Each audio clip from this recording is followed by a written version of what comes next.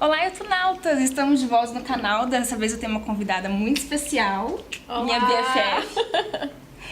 E a gente veio falar sobre The Handmaid's Tale, essa série que vocês devem saber que eu amo. E agora a gente vai fazer alguns comentários sobre a segunda temporada para preparar para a terceira, pois nós temos um novo projeto. Mas primeiro eu vou deixar a Ariane se apresentar. Isso aí, gente. Então, não é só a Lara que é apaixonada pela série. Eu decidi fazer um mestrado sobre ela.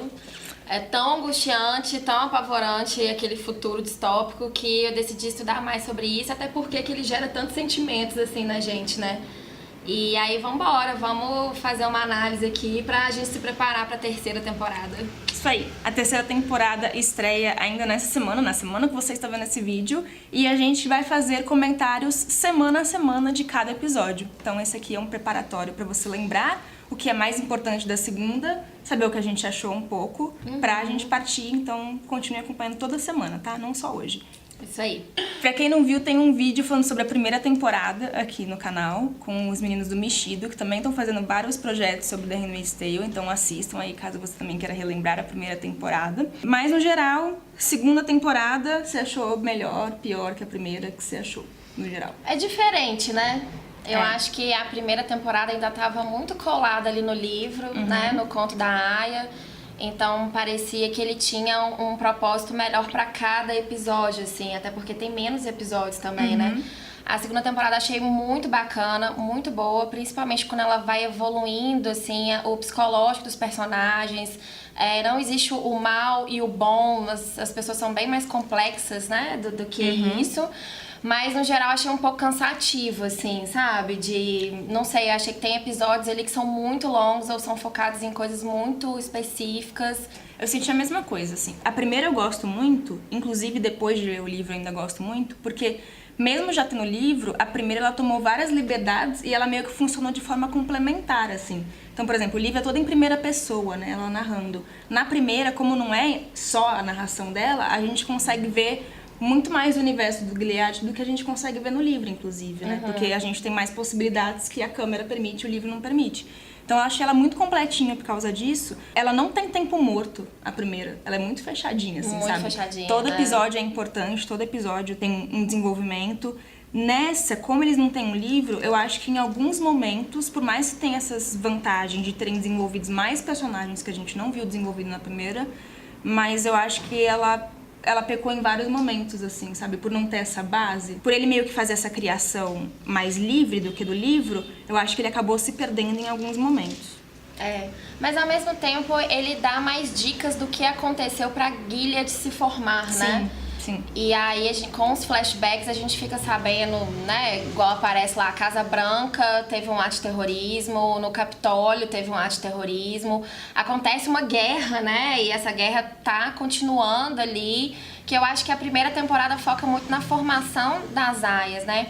Então, na segunda ainda tem um restinho de livro ali, né? Sim. Inclusive, a terceira pode vir mais, porque o livro, ele termina ali num outro lugar, né? Sim. E há um salto ali que a gente não sabe como que ele se deu, né? A propósito, esse vídeo tem spoilers de tudo. Muitos spoilers. Primeira temporada, segunda temporada e livro. Tem spoilers sem preocupação. Então, se você não leu, se você não assistiu as outras temporadas, você vai tomar spoiler. Mas volta aí, assiste e volta. Tem algumas inconsistências de personagem que me incomodaram, sabe? Acho que justamente por eles terem feito mais episódios, acho que eles tiveram também mais tempo pra errar. Então, por exemplo, o arco da Serena. Eu acho que ele foi muito melhor desenvolvido nessa temporada do que na primeira. Ela, cresceu demais a personagem. Mas, ao mesmo tempo, eu acho que tem várias inconsistências no comportamento dela, sabe? Já citando um exemplo aqui, já até saindo de ordem, num episódio, ela manda estuprar a Offred. Sim. O que é, pra mim aquilo foi definitivo pra mostrar, olha, a Serena é um monstro, a Serena não é boazinha. Ela é um monstro que só age em vontade própria. E aí, 3 episódios depois, ela é, líder da revolução, assim, sabe? Aceita entregar a filha dela, que é a coisa mais importante da vida dela, porque não quer que a filha dela cresça ali. Por mais que tenham tido vários acontecimentos entre esses 3 episódios que justifiquem um pouco uma redenção dela, eu acho que foi muito rápida essa mudança brusca, sabe? Eu não sei, assim, eu acho estranho ela ter liberado a filha, assim, tão... Não foi rápido, né? Se a gente pensar, a Serena ela foi desconstruindo todo o poder que ela achava que ela tinha ali dentro, daquela sociedade, né? Daquele sistema. E aí com os flashbacks a gente vai vendo assim, a Serena ajudou a construir Gilead, ela publica um livro sobre isso, ela vai dando palestras, ela era a voz daquele golpe que vai ser dado ali, né? Mas aí parece que ela não entende, ela vai entender na segunda temporada que ela não tem poder nenhum, que ela é uma mulher ali dentro, não como as outras, existe uma hierarquia ali. E aí talvez essa incoerência da personagem, eu fico na dúvida se é um problema de roteiro ou se é um dilema que ela tá passando, sabe? Ela mesma não sabe lidar com isso. E a Offred, a June, por várias vezes ela vai usar essa força, esse poder que essa criança, essa gravidez dá a ela naquele momento, pra disputar força, disputar poder com a Serena. E o modo da Serena fazer isso é que ela pode violar aquele corpo, ela pode violentar aquele corpo, sabe? Assim. E essa é uma coisa bem interessante da série, assim, o quanto existem hierarquias e existem disputa de poder. Então, como você falou, não tem vilão, não tem mocinho, tipo, a Serena, ela é humana em vários momentos. Até o Fred, né, o comandante, que pra mim é o mais filho da puta de todos. Nossa, ele é sinistro. Ele tem um momento de humanidade durante a série. Então ninguém ali é um monstro, sabe? Assim como ninguém ali é totalmente boazinho, ó. Fred é uma filha da puta desse também. E isso é legal, assim, porque é isso. Pessoas comuns podem fazer grandes merdas, entendeu? Pessoas comuns podem ser extremamente violentas. Sim. Não precisa seguir um estereótipo de uma pessoa que já foi agressiva ao longo da sua vida pra ela cometer atos daquela forma, né? Assim, Sim. E até incoerência nem faz sentido, porque como humanos nós somos incoerentes várias vezes. A gente traz as nossas próprias... Porque a gente muda de ideia, a gente pensa diferente. Então, não acho que esse é o problema. Eu acho que isso, inclusive, acontece com vários personagens durante a série, porque eles são extremamente humanos. Mas com ela, eu achei muito brusco, assim, sabe? Muito... vai e volta. Tem uma montanha russa, tem um episódio, né? que ela tá boazinha com a June e no episódio seguinte ela tá megera. No outro ela volta a ser boazinha, no outro ela tá uma megera. Então isso eu achei um pouco mal trabalhado. E uma outra coisa que me incomoda é, a série ela tem que ser fiel ao próprio universo que ela cria. E eu acho que ela faz isso em vários momentos. Mas aí assim, tipo, eu suspendo minha crença, ok, tem coisas que eu não acredito, mas eu vou acreditar porque a série tá propondo que eu acredite nisso. Mas ela trai os próprios preceitos que ela criou de Gilead. Então, por exemplo, é um sistema de extrema vigilância. Como que o Maya foge por 3 meses, ela fica 3 meses fora e ninguém, em nenhum momento, pra fazer um interrogatório de tipo, onde você tava? Quem te ajudou? Sabe? Verdade. Porque a família Waterford queria aquela narrativa de que ela foi sequestrada. Pra ficar bem pra eles, né? Pra eles não parecerem, tipo, a gente é incompetente e deixou ela fugir. Mas eles mesmos não questionam, eles sabem que não é verdade. Se você for pensar nos outros comandantes, que sim, ok, mesmo que eles acreditem que ela foi sequestrada, ninguém vai interrogá-la pra perguntar, tipo, quem, como, onde você esteve, o que você sabe. E eles pegariam o Nick nessa, né? E o Nick, exatamente, eu acho que, tipo, tem tantas coisas ali deixando claro que é o Nick que ajuda ela. Eu ficava me perguntando pra onde que ele ia, que ele contava que ele ia, quando ele ficava mais de um dia com a June, ou ele passava a noite com ela naquele jornal, sabe? Qual era a desculpa que ele usava, assim? Pra onde que ele foi? Exato, e ele voltava, tudo bem, tá tudo normal, ele sumiu, mas voltou. Exato. E aí tem momentos que, tipo, é óbvio que, tipo, eles estão juntos, é ele que tá ajudando ela. E ninguém questiona. Então eu acho que em relação a isso, a série foi um pouco inverossímil em alguns momentos, inclusive, na segunda temporada. Essa relação Nick e June é uma coisa da primeira e da segunda temporada que foi desenvolvendo, né? Foi. Eu acho que é um início de relacionamento extremamente bizarro, sinceramente. E eu vejo umas incoerências assim no Nick. Ele, quando a Serena, na primeira temporada, pede pra ele transar, eu vou falar transar, mas assim, foi um estupro, ele né? Pede pra ele estuprar, só que aí né? a gente revê o termo porque, pô, rola um romance, enfim, é até uma coisa a se entender, né? É bem complexo, assim. Ele topa transar com a June, estuprar ela e tal, porque o Waterford pode ser infértil, provavelmente ele é. Mas na hora de transar com a esposa dele, que é de 15 anos de idade, ele fala, não vou fazer isso porque ela tem 15 anos de idade. Então, ele também tem esse lado, assim, que ele apoia o governo, ele não apoia, ele é um homem que oprime essas mulheres, ao mesmo tempo não oprime. Eu acho... Qual é a do Nick, assim, sabe? Mas eu acho que na primeira, ele ainda era realmente esse personagem mais dúbio. E na primeira ele me incomoda muito. Porque assim, no livro, fica meio claro que o relacionamento dele só existe por pura carência. porque, tipo, ele é a única pessoa ali que ela pode minimamente confiar. Tipo, né, as pessoas sentem vontades, né? E na segunda eu já acho que ela traz mais um pouco disso. Ela fala muito sobre, tipo, a gente se agarra ao amor que a gente consegue, sabe? Não sei. Nossa, mas, gente, é muito difícil. Fala aí o que vocês acham, Nick e June. Qual é desse rolê? Porque... Mas eu acho que melhorou na segunda. Porque na primeira eu realmente ficava incomodada. Na primeira ela faz ciúminho, usando o, tipo, o Waterford pro Nick. Eu acho isso, tipo, bizarro. Eles são dois estupradores, sabe? Pois é, não seria uma forma dela ter algum poder ali, sabe? Ela sempre se pergunta, o que eu tenho pra trocar aqui nessa sociedade? Pra eu não ser massacrada aqui. Será que não é uma forma dela se sentir um pouco mais atuante, sabe?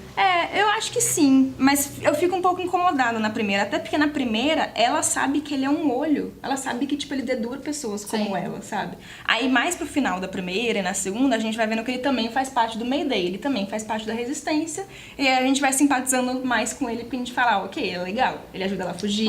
Ele faz parte da resistência. E aí, na segunda, eu consigo acreditar mais que realmente aí já tá rolando um envolvimento maior entre eles. Mas não é porque ela tá agora carregando o filho dele? Sim, mas é uma sociedade extremamente patriarcal, né? Ele continua reforçando certos parâmetros, assim, pra mim. Sim. E é o cara que vai salvar, entendeu? E eu fiquei reparando, assim, durante o percurso dessa fuga da June, são sempre homens que vão ajudar ela, né?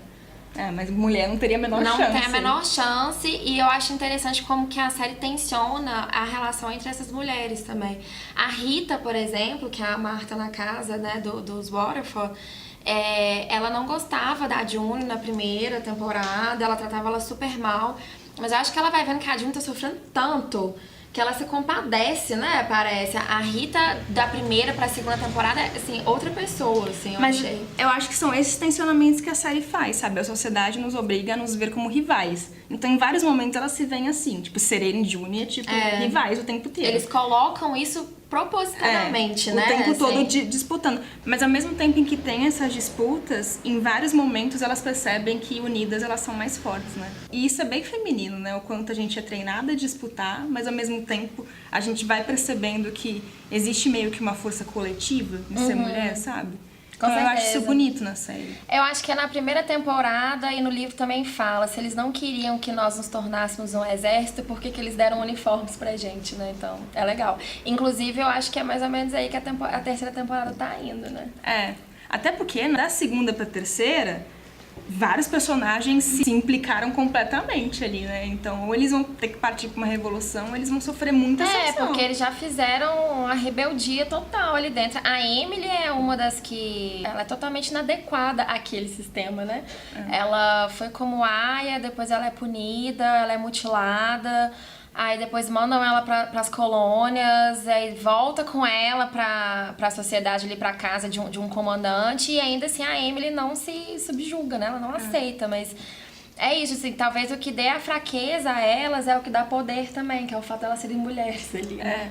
E é engraçado a Emily, porque no primeiro ela era, tipo, atriz convidada, né? A Rory Gilmore, inclusive, foi super chocante ver a Rory Gilmore sofrendo. E ela, tipo, mais velha, assim, crescida, né?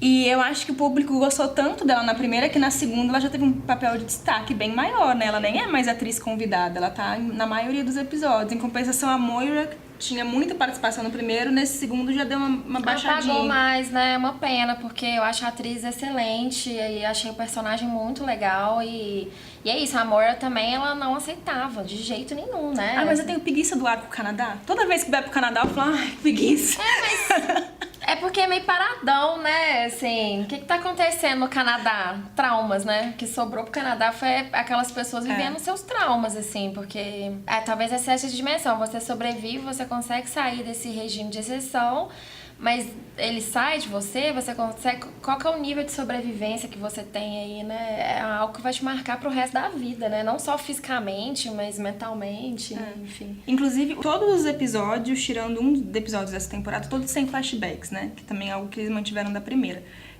Todos os flashbacks têm alguma relação com o que tá acontecendo no presente. Sempre tem uma... Sempre você consegue ver uma relação ali. O único que eu achei meio deslocado é justamente o da Moira, que a gente descobre que ela já foi uma barriga de aluguel. Sim. E que ela teve uma noiva e tal, e ela vai tentar descobrir se a sua noiva morreu. E eu achei esse flashback, tipo, super deslocado. Por mais que ele seja importante pra gente entender melhor a personagem, mas ele não combina com o resto do episódio, sabe? Parece que ele tá meio perdido ali. Talvez foi a escolha, né? Não que não seja uma história legal a ser contada, mas Sim, a escolha de sim. onde inserir ele. E foi até bizarro porque aconteceu logo depois da explosão. Então, tipo, tá todo mundo preocupado em saber quem foram os preocupados pela explosão. E aí a Moira tá lá um tempão, decide, mas agora eu decidi que eu quero saber o paradeiro da minha ex. Bem nesse momento. Ficou um pouco esquisito isso. É a hora. Uma das críticas que eu vi que muita gente fez, porque eu acho que no geral, não sei se você sentiu isso, eu acho que no geral o público gostou mais da primeira do que da segunda. Achei também.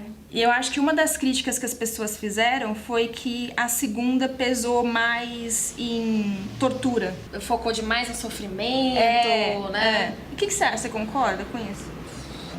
Eu concordo e discordo ao mesmo tempo, porque assim, as cenas ficaram mais violentas do que... Porque elas estavam naquela coisa do ritual, tinha uma estética, uma plasticidade, uma trilha sonora que ia acompanhando, que deixava mais leve algo que não é leve, né? E nesse eu acho que eles tiveram preocupação, até fisicamente, a June, ela começa a ficar com umas olheiras enormes, ela tá sofrendo o tempo inteiro, mas talvez essa dimensão seja importante, sabe? Porque o que é um cotidiano em Gilead?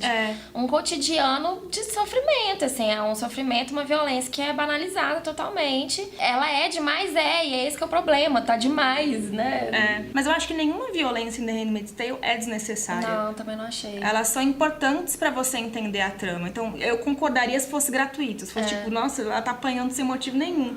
Mas eu acho que são necessárias pra trama. E é interessante você levantar essa questão da violência, assim, porque a violência também vai ser o que é uma ferramenta pra disciplinar aqueles corpos, né? Então, sempre quando no primeiro episódio, por exemplo, acaba com ela se recusando na primeira temporada a punir a Janine. E aí elas vão ser punidas, elas vão ser disciplinadas por aquela situação do trauma também, de quase morte, de uma tortura psicológica, com aqueles cães latindo, aqueles holofotes em cima. Então você vê que Gilead é uma sociedade que ela não é autogerida, ela não dura se você não disciplinar aqueles corpos cotidianamente, continuamente.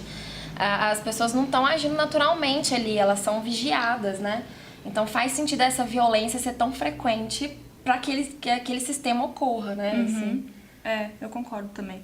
E eu achei até legal que parece que ia ter um estupro do Fred com a Serena. E aí o Joseph Fiennes falou, não, isso eu acho que é gratuito, isso eu não vou fazer.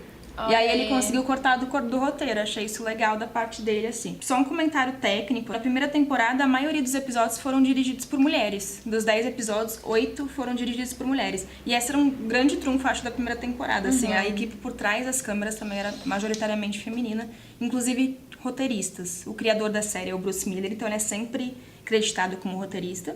Mas sempre tinha, no mínimo, uma mulher na equipe de roteiro de cada episódio. Nesse não tem episódios que não tem nenhuma roteirista, e a maioria dos episódios é dirigido por homem. Sim. É quase meio a meio, mas a maioria é dirigida por homem. Mas e aí, você acha que isso é problemático, assim, pra série? Não, eu gostaria que eles tivessem mantido a mesma média da primeira, porque não é igual, né? É um sistema desigual mesmo por trás das câmeras também, então eu gostaria que eles tivessem te dado mais oportunidade. Mas eu não senti queda de qualidade técnica. Eu acho que a direção da maioria dos episódios da segunda é maravilhosa, assim, é incrível. Eu gosto muito do quanto... Porque ele tem essa disputa de poder, de hierarquias, do quanto ele usa a câmera pra mostrar hierarquias. Então, como ele sempre coloca uma personagem acima... A câmera sempre coloca uma personagem acima da outra. Algumas cenas que eu adoro, assim, a direção, quando a Serena ela é tentada, ela tá no Canadá e o cara fala... te dou tudo que você quiser, te dou um filho, te dou um... Cara, por que ela não aceitou, né? Que burra, assim. Poxa. Tipo, ela tá enquadrada de um jeito que tem um espelho atrás dela, que você vê várias serenas, assim, é quase como se ela tivesse fragmentada naquele momento. Então, eu acho que, tecnicamente, a série não caiu nada de uma temporada pra outra, muito pelo contrário, foi muito boa. Mas só fazendo esse comentário que, né, espero que na terceira tenham mais diretoras. Tem que mostrar, porque essa é sempre uma parte que fica escondida das produções cinematográficas, né? E hoje a gente tá num mundo, justamente, a gente não tem medo de Gilead acontecer, então... A gente tem que começar a rever todas essas questões também, né? Perceber as desigualdades que elas são estruturais, né? São desigualdades que estão no nosso dia a dia e, por que não, nessas produções ou no próprio cinema, né? É algo que a série poderia continuar, realmente. É uma pena que não... A gente comentou o geral sobre essa segunda temporada, mas agora a gente vai fazer um próximo vídeo falando detalhe por detalhe, episódio por episódio da segunda temporada. Então o link dele tá em algum lugar aí da tela pra você clicar e acompanhar. Acompanha aí pra você relembrar, né? Porque afinal você não quer rever 13 horas de novo, não é mesmo? São 13 horas de barra pesada acontecendo Exatamente. em Gilead, entendeu? Então é melhor você assistir o nosso vídeo, tá? Mas não deixe de se inscrever aqui no canal, seguir nas redes sociais, deixar seus comentários aí e acompanhar os nossos vídeos semanais sobre The Handmaid's Tale, que a gente vai fazer agora sobre a terceira temporada. Então continue acompanhando. Nos próximos dias eu vou dar mais detalhes sobre esses próximos vídeos. E é isso. Até a próxima. Até!